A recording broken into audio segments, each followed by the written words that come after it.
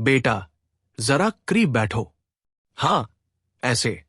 अब मेरी ये दास्तान सुनो, जो सदियों पहले हिंदुस्तान की जमीन पर घट चुकी थी। कहते हैं, जब दिल्ली और आगरा के किलों में सल्तनत का परचम लहराता था, तब एक बादशाह राज करता था। नाम तो अब हवा में खो गया, मगर उसके दिल का हाल किताबों और बुजुर्गों की जुबान में आज भी बाकी है। वो बादशाह नमाज पढ़ता, रोज मस्जिद जाता, सदका करता, मगर उसके सीने में एक छोटा सा कीड़ा पलता था। क्या लोग इबादत सच्चे दिल से करते हैं, या सब मेरी तरह दिखावे में डूबे हुए हैं? उसके चेहरे पर शानो शौकत की नकाब होती, मगर दिल में एक सख्त तन्हाई। मस्जिद का मंजर सोचो, गुंबदों से टकराती अजान की आवाज, बाजारों से होकर आती अगरबत्तियों की खुशबू, और ठंडी फर्श पर सजे सफों की सीध। बादशाह अपने अमीर लिबास में आता, रेशमी कपड़े, जरी की टोपी, हाथ में अंबर की तस्बीह। लोग झुकते, सलाम करते, मगर जब वो सजदे में जाता तो उसके दिल में सवालों का तूफान उमड़ता। उस रात उसने एक अजीब इरादा किया। वो अपने साथ एक चमकदार चांदी का सिक्का लाया, नमाज की नियत बांधी, तकबीर कही, और जब सजदे में झुका तो धीरे से उस सिक्के को आगे जमीन पर रख दिया। देखते हैं, उसने सोचा, इस सजदे के बाद कौन है जो इसे उठाएगा? कौन है जो इबादत से निकलकर दुनिया की लालच में झुक जाएगा? बेटा, यहां जरा ठहरो। क्या तुम महसूस कर रहे हो? ये बादशाह अपने आप को अल्लाह का इम्तिहान लेने वाला समझ बैठा था, मगर दरअसल इम्तिहान उसका खुद का था। सफों में गरीब भी थे, मजदूर भी, सिपाही भी और बुजुर्ग भी। किसी की आंखों में उम्मीद, किसी के दिल में गम। सजदे के बाद जब लोग उठे तो सिक्का वही पड़ा रहा। किसी ने उसे छुआ भी नहीं। बादशाह की भौहें सिकुड़ गई। क्या ये लोग इतने पाकदिल हैं, या मेरे सामने उठाने से डरते हैं? उसके सीने में फिर वही कीड़ा कुलबुलाया। उसकी आंखों में हल्की सी बेकरारी आ गई, और उसने तय किया कि ये खेल यही खत्म नहीं होगा।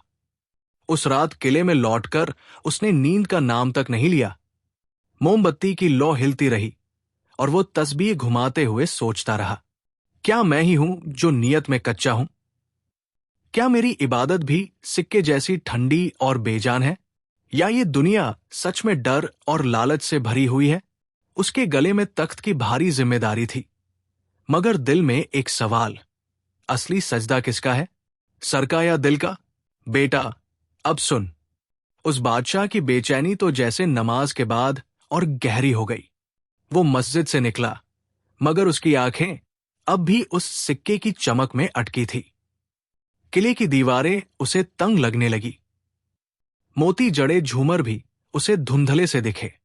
उसके कानों में अजान की गूंज बार बार आती रही, मगर दिल में आवाज सिर्फ एक थी। किसी ने सिक्का क्यों न उठाया? डर से या तसल्ली से? दूसरे दिन फिर वक्तन माज, मस्जिद की रौनक। सर्द हवा बह रही थी, खजूर के दरख्तों की पत्तियां हिल रही थी। फर्श पर बिछी सफों में बच्चे, बूढ़े, गरीब, अमीर सब एक दूसरे के बराबर खड़े थे। यही मस्जिद की खूबसूरती थी। ताज और फकीरी दोनों सजदे में एक ही जमीन को छूते थे। बादशाह अंदर दाखिल हुआ। उसकी निगाहें छुप छुप कर हर तरफ घूमी। आज उसने फिर वही सिक्का जेब से निकाला, चमकदार, ठंडी, जैसे चांद का टुकड़ा। उसने दिल ही दिल में कहा, आज देखूंगा क्या ये लोग वाकई पाक है, या सिर्फ मेरी मौजूदगी से डरते हैं। नमाज शुरू हुई। इमाम की आवाज दिलों को हिलाने लगी। आयतें हवा में गूंज रही थी। हर कोई अल्लाह के सामने झुक रहा था, मगर बादशाह का सजदा कुछ और था। उसने सिर जमीन पर रखा और चुपके से फिर वही सिक्का आगे सरकाया। नमाज मुकम्मल हुई। लोग धीरे धीरे उठने लगे।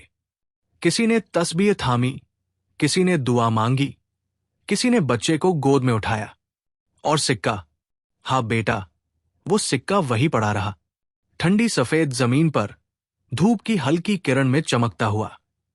कई आंखों ने उसे देखा। मजदूर ने देखा, जिसने सुबह से एक निवाला भी न खाया था। फकीर ने देखा, जिसकी झोली खाली थी। यहां तक कि एक बच्चा भी उसकी चमक पर ठिठक गया, मगर किसी का हाथ आगे न बढ़ा। बादशाह की सांसें भारी हो गई। वो देख रहा था, लोग नजर डालते हैं मगर सिक्के को छूते नहीं। उसके दिल में हलचल बढ़ती गई। क्या ये सब मुझसे डरते हैं, या इनकी रूहें मुझसे ज्यादा मजबूत है? मस्जिद के बुजुर्ग इमाम ने अचानक उसकी तरफ देखा। उनकी आंखों में एक अजीब सी चमक थी, मानो कह रही हो, बादशाह, ये सिक्का तेरे लिए रखा है, उनके लिए नहीं। बादशाह की गर्दन झुक गई। दिल में हल्की सी चुभन उठी। उसने पहली बार महसूस किया कि शायद इम्तिहान दूसरों का नहीं, बल्कि उसी का है। उस दिन जब वो मस्जिद से निकला तो रास्ते की रौनकें भी उसे बेरौनक लगी।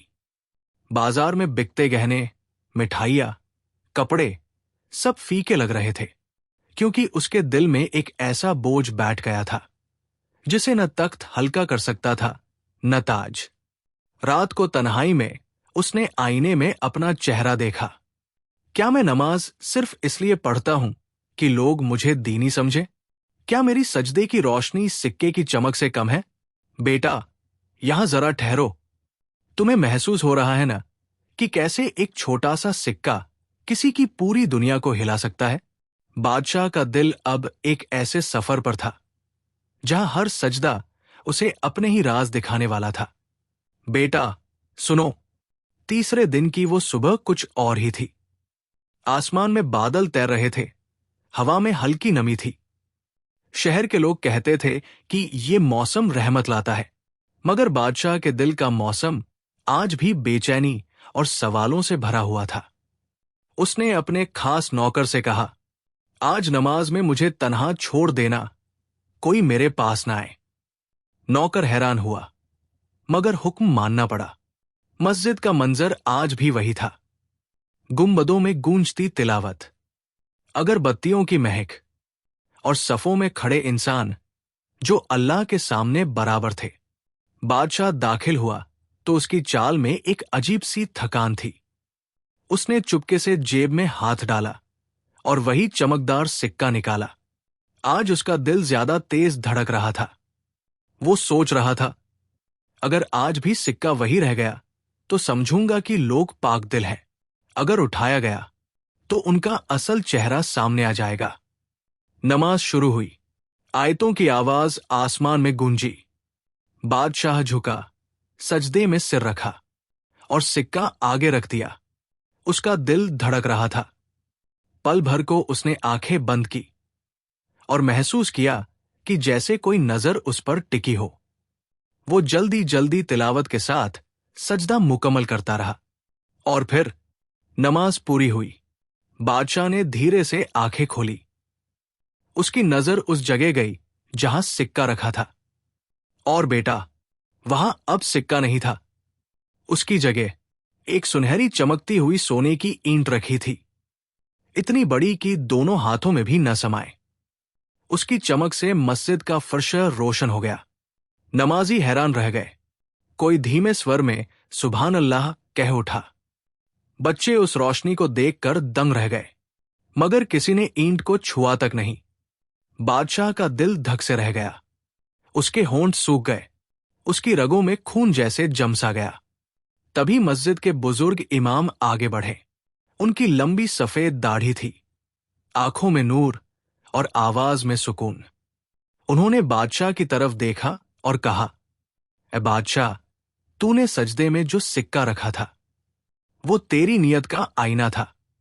अल्लाह ने तेरे सामने ईंट रखकर दिखा दिया कि तू दौलत का सोचता है, इबादत का नहीं।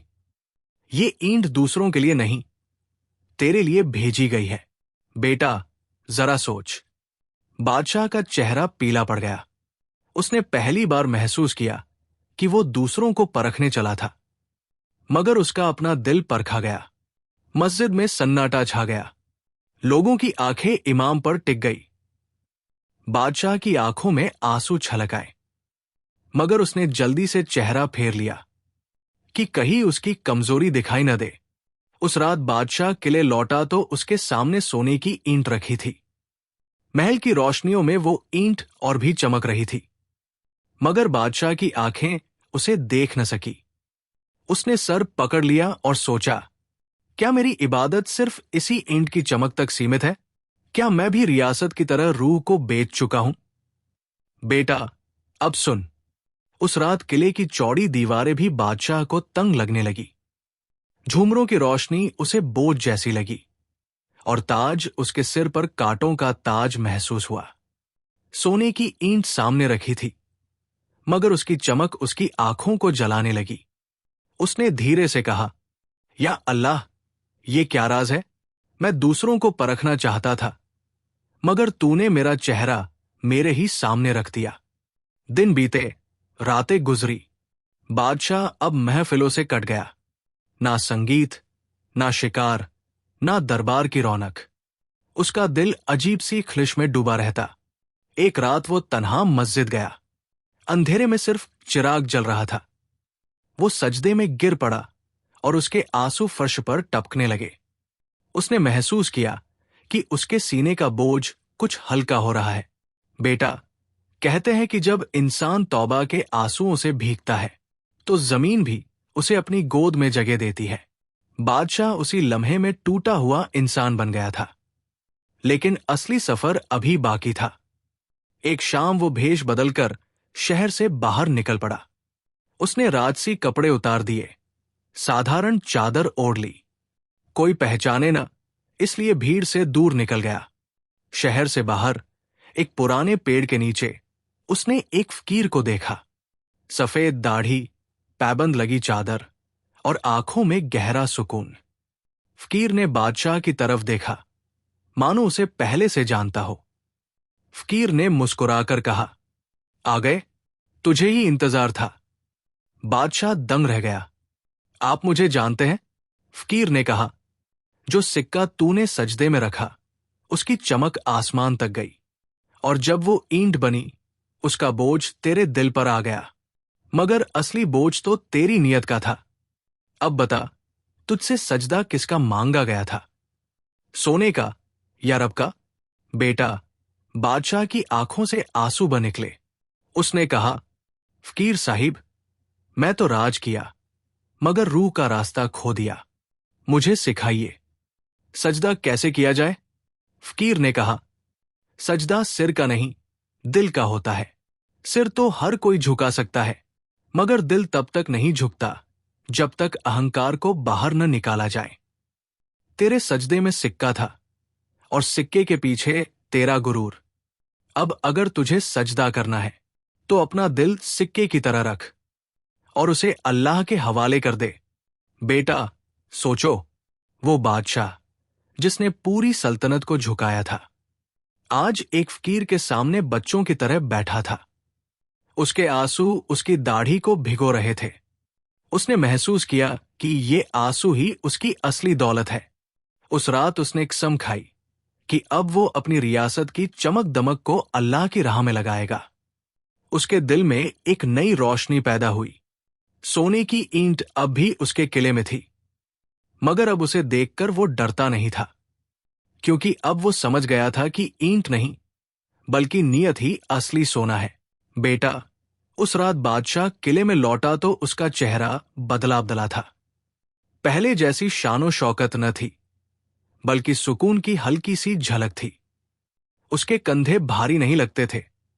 उसकी आंखों में अब कोई बेचैनी न थी, मगर दिल में एक तड़प बाकी थी। क्या मेरी तौबा कबूल हुई? क्या अल्लाह ने मेरा सजदा सच में देख लिया? कुछ दिनों बाद आधी रात का वक्त था। किला खामोश था। पहरेदार नींद से झुक रहे थे। बादशाह अकेला उठ खड़ा हुआ। उसने राजसी कपड़े उतार दिए, साधारण कपड़ा पहन लिया। किसी को खबर तक न हुई और वो तन्हा मस्जिद चला गया। मस्जिद खाली थी।